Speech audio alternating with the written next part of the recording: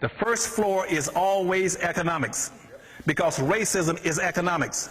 Racism has nothing in the world to do with who you like or who you don't like. It has nothing to do with it. Only when they beat up on you now because they know you don't have any economics. You don't have a basis beneath you. When they drag you to shooting black folk, they're not shooting you because you're black. They're shooting you because of your social economic condition. You're powerless. They know the only thing you're going to do, they shoot 20 blacks tomorrow. Only thing you're going to do is go out and march. That's all you're going to do.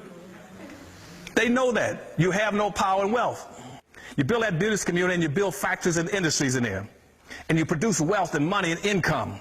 Then you take that wealth and money and income and you use it to benefit and lift your people. And you use it also to take the surplus capital and you go to the second floor in that 5-story building. On the second floor in that 5-story building, that's politics. That's politics. That's where your politicians are. Quit letting people mislead you about voting. Voting ain't worth a damn if you don't have an economy. I have run political campaigns for presidents, for governors, for attorney generals, for congressional people, for mayors and city council people. Politics, voting and politics ain't worth a quarter in voting if you don't have an economy. It's money that controls your politics. You take your money on that first floor and the poweronomics concepts that I'm trying to get you all to buy into. You take that money off the first floor, you buy every politician on the second floor. Don't worry about voting, buy them.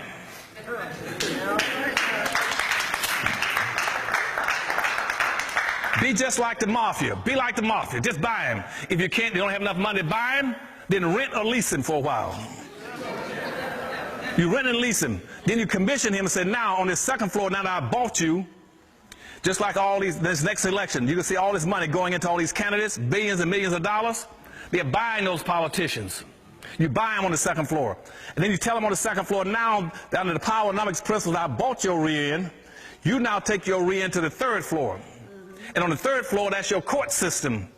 I don't care whether it's the Supreme Court or the local superior courts or county courts or city courts or state courts. You buy them. And you tell them on that second floor in the court system, you start taking care of my people and doing right. The courts control the police department. The third floor is the courts and the police department. The police department would not be killing your people and shooting them down if they knew that you had an economy underneath you. They're going to pull in you. How many of you seen police shooting down Jews, for instance, running? How many times they've been shooting down Asians? How many times you see them heard them shooting down American Indians? They only shoot down black folk. You don't have an economy to dictate to the police department or to the court system. Then once you dictate to them, you take that money off this first floor, you go to the fourth floor. Your fourth floor is your media. You all got to start producing media in these communities and take that money and start going into buying media. You got about 12,000 radio stations in the United States, about 12,000 cable systems in the United States, about 5,000 daily newspapers in the United States, and about 5,000 also, what did I miss? Television stations. You own nothing. Out of 12,000 radio stations, you probably now own about 60 or 70. Out of cable systems, you don't own any, not one. Television station, you used to own one out of 5,000. Daily newspaper, you don't own anything, not one daily newspaper. How in the world can you communicate? How in the world can you mobilize your people when you don't own the media to get in touch with them and tell them what to do? If you right now try to promote something for black folk, most media will not even carry it. Most white corporations won't even buy tickets or ads to help you do it. If you have a black radio station, you cannot have black media unless you got black businesses. Because you need the advertising dollars to keep the business, keep the radio station, the media going. The people say, why can't we own some radio? Because you don't have any businesses to buy the ads. Whites aren't going to buy it. But you can get white racists on TV and on the radio. You can get the Rush Limbaughs or the Hannitys or O'Reillys on the Fox channel. That whole Fox channel is loaded down with racists. But they get the advertising dollars to stay on the air. You know why? Because you give them the money. I don't see any black folk in America renegotiating their relationships. When did you renegotiate your relationship with white corporations?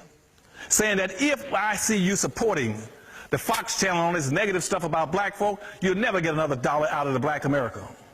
You won't do it. You should be doing it. Y'all should be sending letters every chance you get and calling on the say any white person on any of the Fox channel out here saying something that implies or suggests or intimate that black folk are stupid, lazy, and dumb, and criminal, we will shut off every dollar coming into your company. That's right. That's right. They're not scared of you. They got your money for granted. They know they're going to get your dollar because they know you don't have any businesses to buy from. You don't have any alternative places to go get your gasoline, like in Detroit, Michigan, when the Arabs took over 144 out of 146 gas stations. You don't own and control anything. You're dependent on them. They say, we ain't worried about them black folk. They don't have any choice but to come give us their money. We'll kick their butts and they still got to give us their money. And the same thing is true with politics. The Republican Party don't need you. They know they got you locked in box. They know you're going to belong to the Democratic Party. Democratic Party said, we got you locked in box. We don't need you either. Because you see, my people, your leadership has not got enough intellectual credulity and internal fortitude and common sense to say, hey, let's not support either one of the parties. Let's create. You all could be the most powerful people in this nation within 1 or 2 years if you did one single thing. If you withdrew publicly from the Democratic Party and the Republican Party and said, we don't need either one of you. We're going to create a black independent party.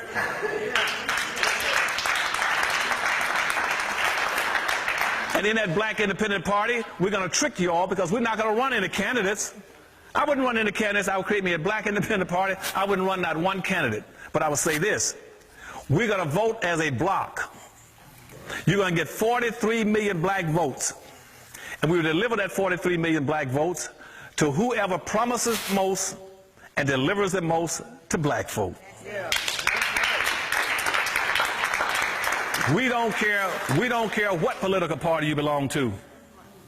You can be, and we don't care whether you're a black person, a white candidate, a pink candidate, a yellow candidate, or just an outright Sambo. We don't care. We will vote for anybody who would deliver and promises the most to black folk. That's the way you play politics.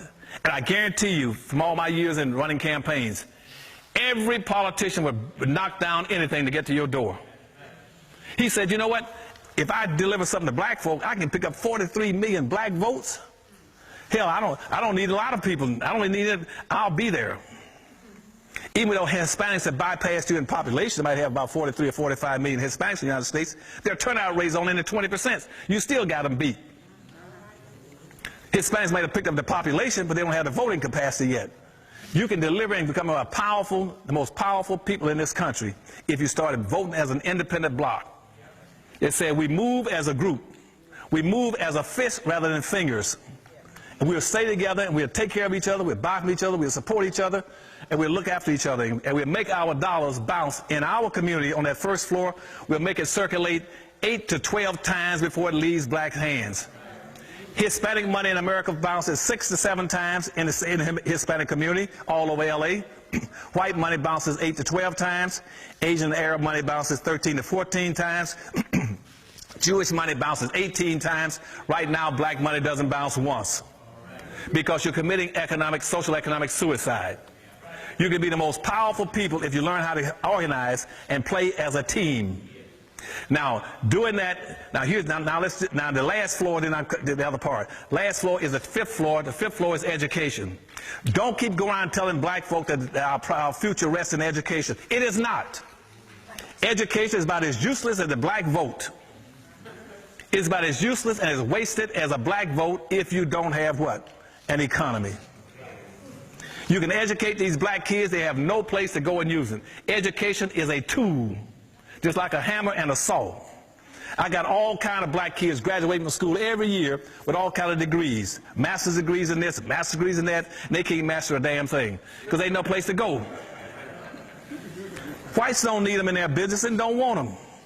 So you're educating your kids to get an education and leave your community, go to somebody else's community, look for somebody else's business, work in somebody else's job, producing the wealth, power, resources. What's the difference between that and a slave? You're still in the same spot. You should be saying, go off and get an education and come back home to our community and build things for us. And rather than going out looking for jobs, make your organizations, both whether it's religious or civil, make your politicians teach black folk how to produce jobs, not look for jobs. And we're doing that now by going to the last point, is that's called exceptionality. We do that by telling everybody, tell all your politicians from this day forward, we heard Dr. Anderson speak.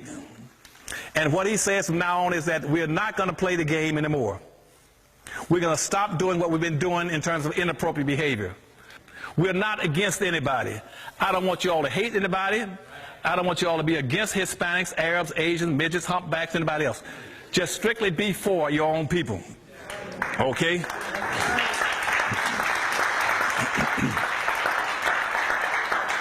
Racism is a team sport. You either play as a team or you lose by default.